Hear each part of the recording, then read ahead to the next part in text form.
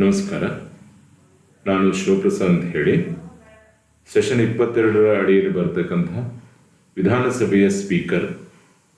ಅಂದರೆ ವಿಧಾನಸಭೆಯಲ್ಲಿ ಅತ್ಯಂತ ಘನತೆ ಮತ್ತು ಗೌರವದಿಂದ ಕೂಡಿರ್ತಕ್ಕಂಥ ಹುದ್ದೆ ಅಂದರೆ ಸ್ಪೀಕರ್. ಸ್ಪೀಕರ್ ಅವರು ಯಾವ ರೀತಿ ಕಾರ್ಯವನ್ನು ನಿರ್ವಹಿಸ್ತಾರೆ ಮತ್ತು ಹೇಗೆ ಆಯ್ಕೆ ಆಗ್ತಾರೆ ಅಂತಕ್ಕಂಥದ್ದನ್ನು ಈ ಸೆಷನ್ನಲ್ಲಿ ಕೂಲಂಕುಷವಾಗಿ ನಾವು ಒಂದೊಂದೇ ಸ್ಲೈಡ್ಗಳ ಮೂಲಕ ನೋಡ್ಕೊಂಡು ಹೋಗ್ಬೋದು. ಮೊದಲನೇದಾಗಿ ಸ್ಪೀಕರ್ ವಿಧಾನಸಭೆಯನ್ನು ಪ್ರತಿನಿಧಿಸ್ತಾರೆ. ಅಂದರೆ ಇಡೀ ವಿಧಾನಸಭೆಯನ್ನ ನಿರ್ವಹಣೆ ಮಾಡತಕ್ಕಂಥವ್ರು, ವಿಧಾನಸಭೆಯ ಹೆಡ್ ಆಗಿ ಸ್ಪೀಕರನ್ನು ನಾವು ಕಾಣ್ತೇವೆ. ಹಾಗಾಗಿ ವಿಧಾನಸಭೆಯ ರಾಜ್ಯವನ್ನು ಪ್ರತಿನಿಧಿಸುತ್ತೆ. ಸ್ಪೀಕರ್ ವಿಧಾನಸಭೆಯನ್ನು ಪ್ರತಿನಿಧಿಸಿದ್ರೆ ವಿಧಾನಸಭೆ ರಾಜ್ಯವನ್ನು ಪ್ರತಿನಿಧಿಸುತ್ತೆ. ಅಂದರೆ ಪರೋಕ್ಷವಾಗಿ ಸ್ಪೀಕರ್ ರಾಜ್ಯದ ಸ್ವತಂತ್ರದ ಸಂಕೇತ. ಇಲ್ಲಿ ಸ್ಪೀಕರ್ ಸ್ಥಾನ ತುಂಬ ಶ್ರೇಷ್ಠ ಹಾಗೂ ಗೌರವಯುತ. ಇಲ್ಲಿ ಆಳುವ ಪಕ್ಷದ ಬೆಂಬಲಿಂದ ಆಯ್ಕೆ ಆಗ್ತಕ್ಕಂಥದ್ದನ್ನು ನಾವು ನೋಡ್ತೀವಿ. ಆದರೂ ಸ್ವತಂತ್ರವಾಗಿ ನಿಯಮಗಳಿಗೆ ಅನುಗುಣವಾಗಿ ಕಾರ್ಯನಿರ್ವಹಿಸಬೇಕು ಸಂವಿಧಾನ ಹೇಳುತ್ತೆ. ರಾಜ್ಯಗಳಲ್ಲಿಯೂ ಸಂಸದೀಯ ಪದ್ಧತಿ ಇರುವುದರಿಂದ ಕೇಂದ್ರ ಲೋಕಸಭೆಯ ಸ್ಪೀಕರ್ ಮತ್ತು ವಿಧಾನಸಭೆಯ ಸ್ಪೀಕರ್ ನಡುವೆ ಹೋಲಿಕೆಗಳನ್ನು ಕಾಣಬಹುದು. ಅಂದರೆ ಲೋಕಸಭಾ ಸ್ಪೀಕರ್ ಆಯ್ಕೆ ಮತ್ತು ಅಧಿಕಾರ, ರಾಜ್ಯ ವಿಧಾನಸಭೆಗಳಲ್ಲಿ ಕೆಲಸ ಮಾಡುವಂಥ ಸ್ಪೀಕರ್ನ ಆಯ್ಕೆ ಮತ್ತು ಅಧಿಕಾರಗಳಲ್ಲಿ ಬಹುಪಾಲು ಸಾಮ್ಯತೆಯನ್ನು ಕಾಣ್ತೇವೆ. ಹಾಗಾದರೆ ಸ್ಪೀಕರ್ ಅವರನ್ನು ಯಾರು ಆಯ್ಕೆ ಮಾಡ್ತಾರೆ, ಹೇಗೆ ಆಯ್ಕೆ ಮಾಡ್ತಾರೆ ಇತ್ಯಾದಿ.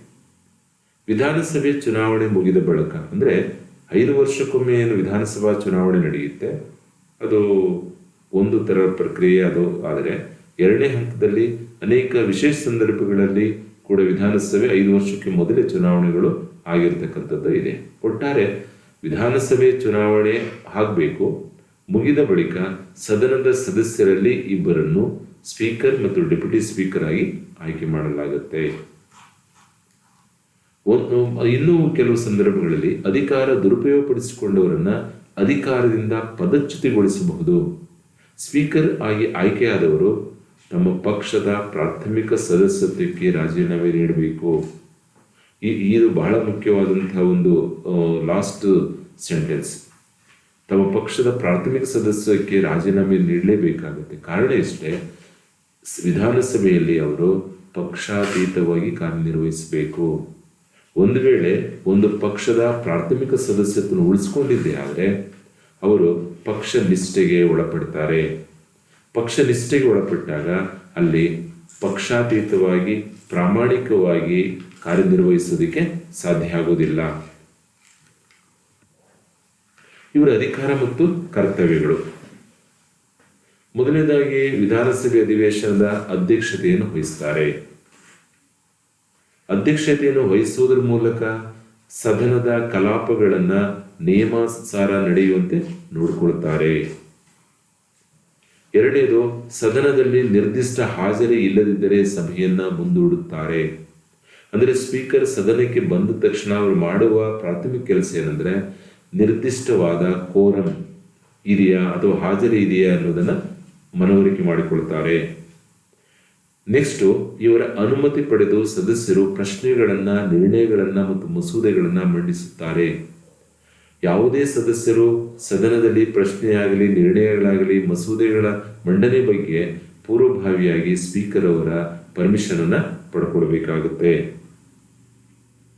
ಮುಂದುವರೆದ ಹಾಗೆ ಸದನದಲ್ಲಿ ಮೊದಲು ಚರ್ಚಿಸಬೇಕಾದ ವಿಷಯಗಳು ಯಾವುವು ಎಂಬುದನ್ನ ಸ್ಪೀಕರ್ ತೀರ್ಮಾನಿಸ್ತಾರೆ. ಅಂದ್ರೆ ಏಕಕಾಲಕ್ಕೆ 2-3 ವಿಷಯಗಳು ಚರ್ಚೆಗೆ ಬಂದಾಗ ಅದರಲ್ಲಿ ಯಾವುದು ಬಹಳ ಆದ್ಯತೆಯ ವಿಷಯ ಅಂತ ಹೇಳಿ ತೀರ್ಮಾನವನ್ನು ತಗೊಂಡು ಆ ವಿಷಯದ ಮೇಲೆ ಚರ್ಚೆ ಮಾಡೋದಕ್ಕೆ ಸ್ಪೀಕರ್ ನಿರ್ಧರಿಸ್ತಾರೆ. ಹಾಗೆ ಸದನದಲ್ಲಿ ಮಂಡನೆ ಆಗಿರುವಂತಹ ಹಣಕಾಸು ಮಸೂದೆ ಅಥವಾ ಸಾಮಾನ್ಯ ಮಸೂದೆ ಇವೆರಡರ ನಡುವಿನ ವ್ಯತ್ಯಾಸವನ್ನ ಸ್ಪೀಕರ್ ಗುರುತಿಸ್ತಾರೆ. ಹಾಗೆ ಪರ ಮತ್ತು ವಿರೋಧದ ಬಗ್ಗೆ ಸಮಮತಗಳು ಬಂದಾಗ ಸ್ಪೀಕರ್ ತಮ್ಮ ಮತವನ್ನ ಚಲಾಯಿಸಬಹುದು. ಅದು ಪರವಾಗಿ ಆದರೂ ಚಲಾಯಿಸಬಹುದು ಅಥವಾ ಮಸೂದೆ ವಿರುದ್ಧವಾಗಾದರೂ ಚಲಾಯಿಸಬಹುದು. ಈ ಹಂತದಲ್ಲಿ ಇವರ ಮತ ಚಲಾವಣೆಯನ್ನ ಯಾರೂ ಕೂಡ ಎಲ್ಲಿಯೂ ಕೂಡ ಪ್ರಶ್ನೆ ಮಾಡುವ ಅಧಿಕಾರ ಇಲ್ಲ. ಜೊತೆಗೆ ಯಾವುದೇ ನ್ಯಾಯಾಲಯದಲ್ಲೂ ಕೂಡ ಪ್ರಶ್ನೆ ಮಾಡುವ ಅಧಿಕಾರ ಅವರಿಗೆ ಇರೋದಿಲ್ಲ.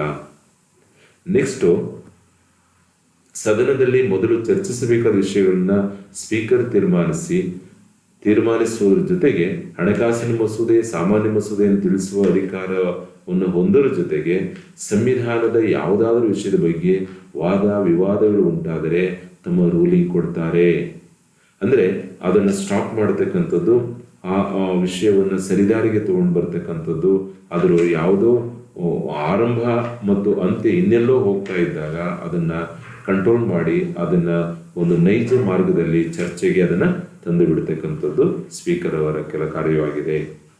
ಹೀಗೆ ಸದನದಲ್ಲಿ ಶಿಸ್ತು, ಶಾಂತಿ ಹಾಗೂ ಸಂಯಮಗಳನ್ನ ಸ್ಪೀಕರ್ ಪಾಲಿಸ್ತಾರೆ, ಕಾಪಾಡ್ತಾರೆ. ಒಂದು ವೇಳೆ ಯಾವುದೇ ಒಬ್ಬ ಸದಸ್ಯನಿಂದ ಸದನದಲ್ಲಿ ಶಿಸ್ತು, ಅಶಾಂತಿ ಅಥವಾ ಸಂಯಮಗಳು ಉಲ್ಲಂಘನೆಯಾದರೆ ಆಗ ಸ್ಪೀಕರ್ ಅವರನ್ನ ಸದನದಿಂದ ಹೊರಗೆ ಹೋಗುವಂತೆ ಹೇಳ್ತಾರೆ. ಅವರು ಗೌರವದಿಂದ ಹೊರಗೆ ಹೋದರೆ ಪರವಾಗಿಲ್ಲ, ಹೋಗದೇ ಇದ್ದ ಪಕ್ಷದಲ್ಲಿ ಬಲವಂತವಾಗಿ ಮಾರ್ಷಲ್ಗಳ ಮೂಲಕ ಸದನದಿಂದ ಸದಸ್ಯರನ್ನ ಹೊರಗೆ ಹಾಕಬಹುದು. ಸ್ಪೀಕರ್ ಗೈರು ಹಾಜರಿಯಲ್ಲಿ ಡೆಪ್ಯೂಟಿ ಸ್ಪೀಕರ್ ಕಾರ್ಯನಿರ್ವಹಿಸುತ್ತಾರೆ. ಯಾವುದೇ ವಿಷಯದ ಮೇಲೆ ಅನುಮಾನ, ಸಮಸ್ಯೆಗಳು ಬಂದಾಗ ಡೆಪ್ಯೂಟಿ ಸ್ಪೀಕರ್ ಅವರ ಗಮನಕ್ಕೆ ತರ್ತಾರೆ. ಕ್ಲಿಫ್ಟನ್ ಬ್ರೌನ್ ಬ್ರಿಟನ್ ಸಾಮಾನ್ಯ ಸಭೆಯ ಸ್ಪೀಕರ್ ಅನ್ನು ಕುರಿತಂತೆ ಒಂದು ಮಾತನ್ನು ಹೇಳ್ತಾರೆ. ಅದನ್ನು ನಾವು ಕೂಡ ಇಲ್ಲಿ ಅದನ್ನ ಹೇಳುವ ಪ್ರಯತ್ನವನ್ನು ಮಾಡಬಹುದು.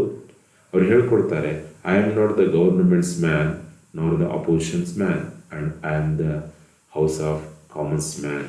ಅಂದ್ರೆ ನಾನು ಸರ್ಕಾರದ ಸದಸ್ಯನೂ ಅಲ್ಲ, ನಾನು ವಿರೋಧ ಪಕ್ಷದ ಸದಸ್ಯನೂ ಅಲ್ಲ, ನಾನು ಈ ಸದನದ ಸಾಮಾನ್ಯ ಸದಸ್ಯ, ಹೌಸ್ ಆಫ್ ಕಾಮನ್ಸ್ ಮ್ಯಾನ್.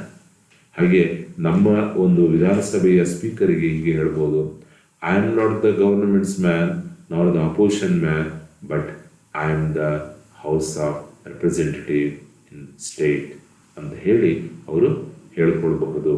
ಹೀಗೆ ಒಟ್ಟಾರೆ ಸ್ಪೀಕರ್ ಸ್ಥಾನ ಬಹಳ ಗೌರವ ಮತ್ತು ಘನತೆಯಿಂದ ಕೂಡಿದಂಥ ಸ್ಥಾನ ಆಗಿರುತ್ತೆ.